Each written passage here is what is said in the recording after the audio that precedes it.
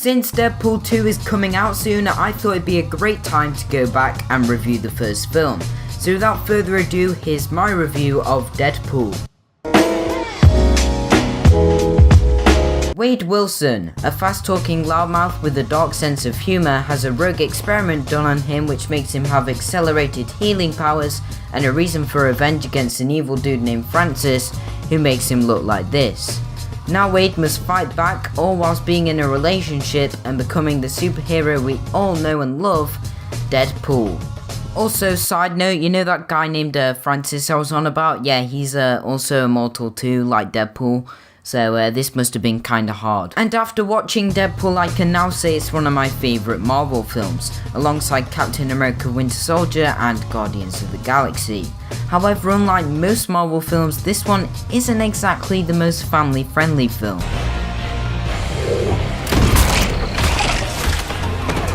I mean, if you love that, wait till you see Logan.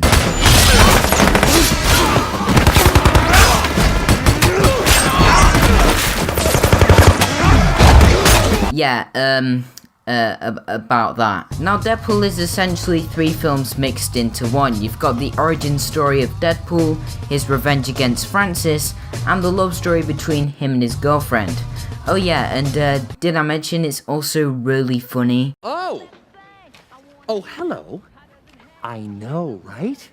Whose balls did I have to fondle to get my very own movie? I can't tell you, but it does rhyme with Pulverine. And let me tell you, he's got a nice pair of smooth criminals down under. In fact, the comedy in this film is probably my favourite thing about it and just makes Deadpool's character really likeable. From him breaking the fourth wall, Shit. Did I leave the stove on? to poking fun at other superhero films. And please don't make the super suit green or animated. I couldn't imagine anyone else playing him than Ryan Reynolds. Which is funny because last time Deadpool was in a Marvel film, it didn't exactly go to plan.